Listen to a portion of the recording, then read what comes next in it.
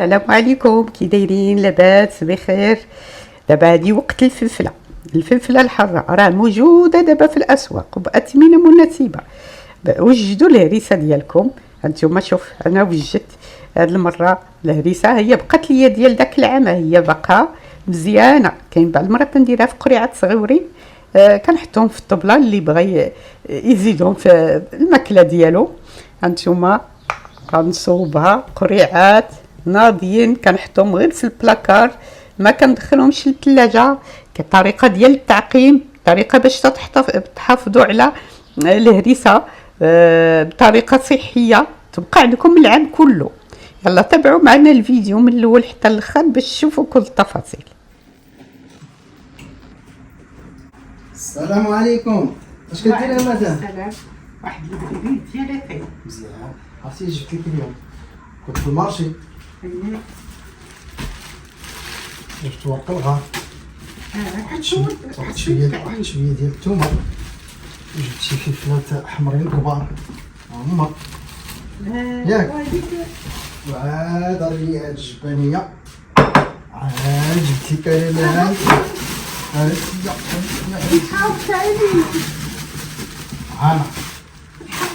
راه باقي عندي شي واحد شحال باقيين؟ كيما كنقول لك كتقول لي راه باقا غا قريعه، باقا غا جوج. ها حيت هادي وقت الفلفله غادي تصاوب لي الهريسه. علاش خاصك اخا؟ انت معاك اللي قال هي اللي ما تعاود واحده ها جوج باش عارفك اش غادي تقولي ليا. خاصك شي حاجه اخرى اللي عاوني. انا غادي نعاونك. عاود جدي لنا ايوا صافي، الا كانت المساعده نتعاونوا، حيت راه كتبقي دير. نعاونك انا لا ما كاين حتى مشكل. صافي، ودابا غادي نصوروا مع المشاهدين، نديروا معاهم كاع التفاصيل على بركه الله. اللي مازال ما عمرو صوب بالحار اليوم تصوبوا. يلا دابا عندنا المكونات الاساسيه هما جابهم الشيف، اللي هو ورق الغار، الثومه.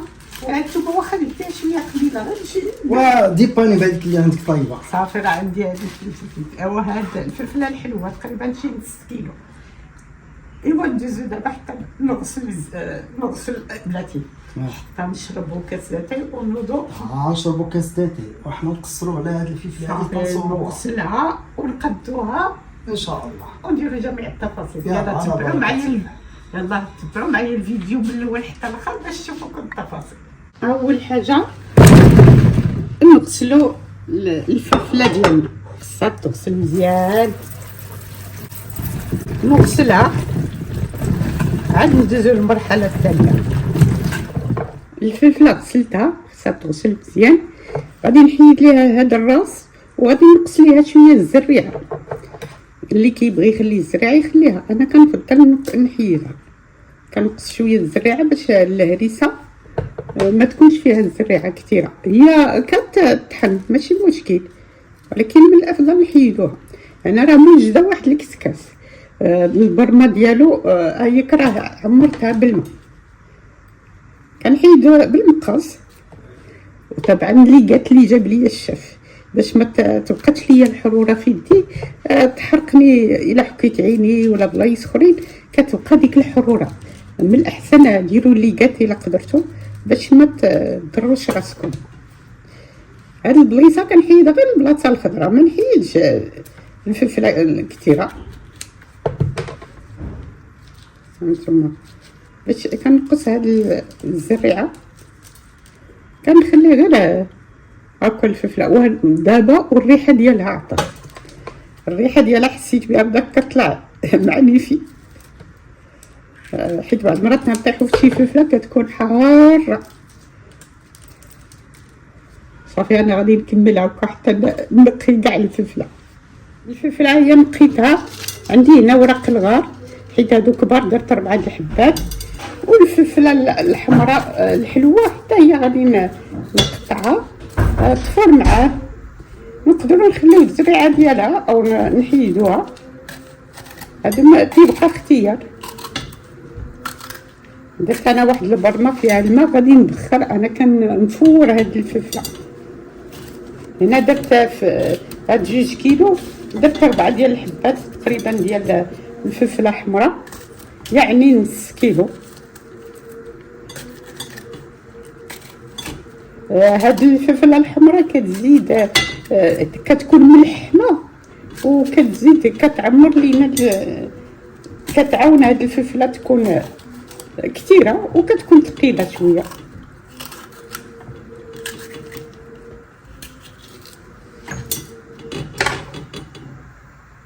نتوما درت كلشي في الكسكاس، واخا شفتوها هكا طالعه غادي تطيح، غير كتدفر وكطيح. شفتو هنا غادي نزيد تقريبا 2 دريوس ديال الثومه متوسطين.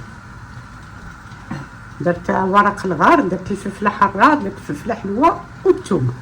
صافي دابا نغطي عليهم ونخليهم يفوروا يطيبوا الوقت الكافي، تقريبا يدي لي 1 ساعه المكان. يلاه نطلعوا على الفلفله. ها نتوما شفتو طاحت ولات النص، شوف كي كانت وكي ولات، فتولي لا مواتي ديالها. صافي دابا طابت، غادي نطفي عليها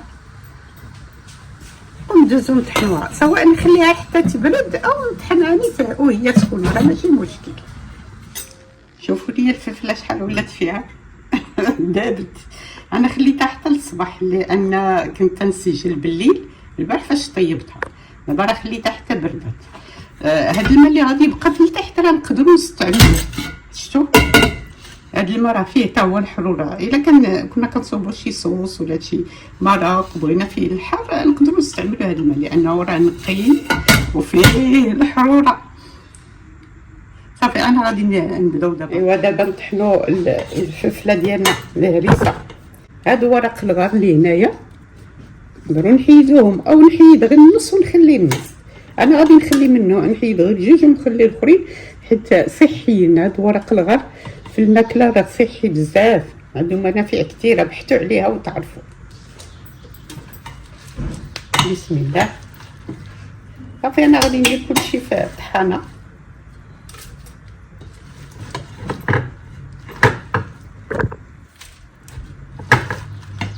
هاد المره ما جابش ليا الشف كثير، جاب ليا غير 2 كيلو. هذه راه 2 كيلو ديال الفلفله.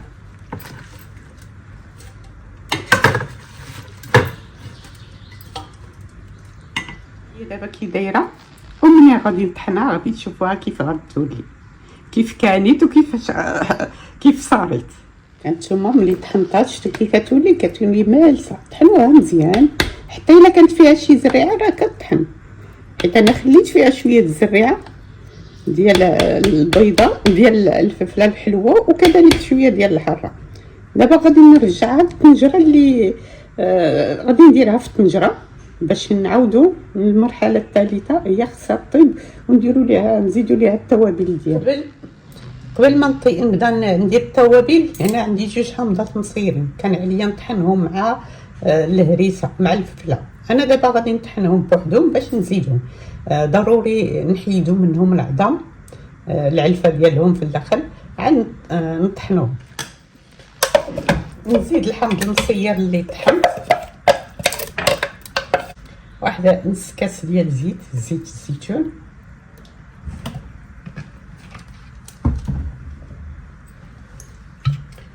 والزيت الروميه حتى هي،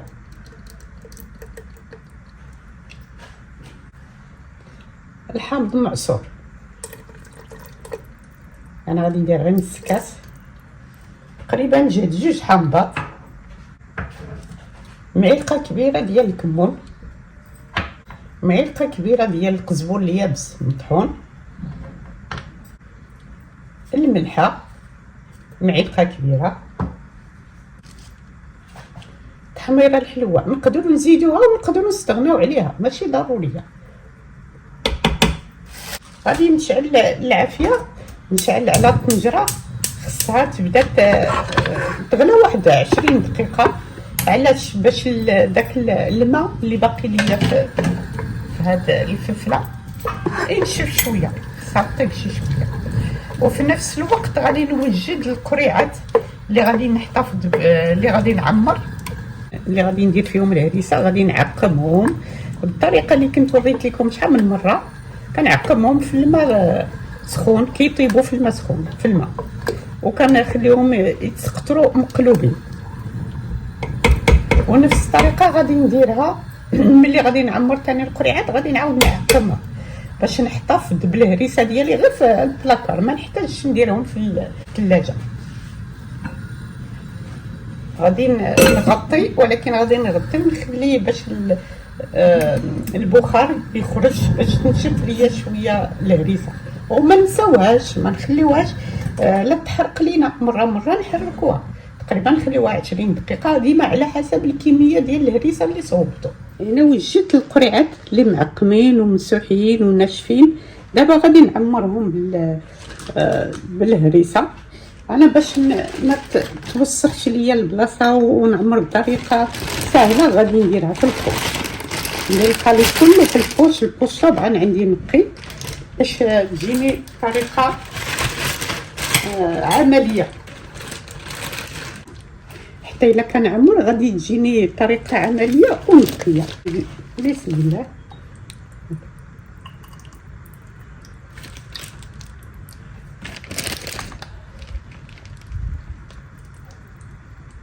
حتى ملي كنعمر بالبوش ما كنخليش الخوا في القرع في الداخل هذا.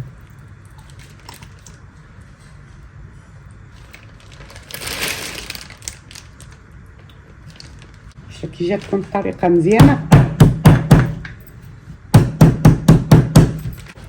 والقريعات تبقاو نقيين.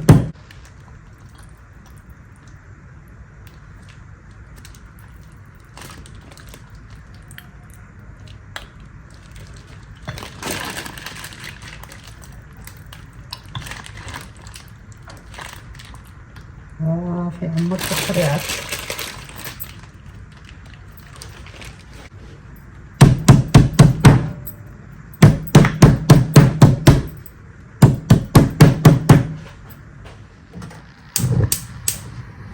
باش نعقم هاد القراعي ويبقاو ليا عام كامل، غادي نديرهم هنا في الماء. هما الماء بارد، شوف الماء بارد، وكنخليهم يغلاو في هاد الماء.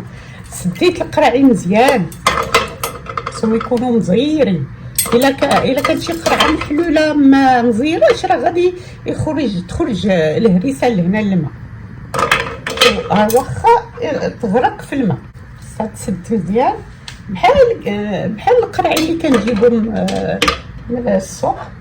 بحال دابا هادي ما بغاتش تسد ليا مزيان، كدور غادي نحطها غير في الثلاجه، ما نعقمها، كاع ما نعقمها، ندخلها نحطها في الثلاجه. هادو بغيت نحتفظ بهم في البلاكار يجلسوا ليا حتى العام. ايوا نخليهم دابا يبداو يغلاو. شوفوا ليا القراعي كيغلاو في وسط الماء، كنخليهم كيغلاو تقريبا 10 ديال الدقائق وصافي غادي نحيدهم. هادوما خصهم يكونوا مغطيين بالماء، هكا كنضمنوا بان الهريسه راه تعقمت وما تخسرش لينا. انا راه غادي نوري لكم شي قريعات اللي بقاو عندي عام هذا وباقي مازال مزيانين وباقيين يعني مسدودين. هانتوما من بعد ما عقمت القريعات ديال الهريسه، كان ملي كنهزهم من الطنجره كنحطهم فوق المنديل وكنحطهم هكا مقلوبين. دابا راه باتوا ليله وهما مقلوبين، شفتوا، باش ما كيبقاش داك الهواء اللي كيكون بين الغلقه وكذلك القرعه.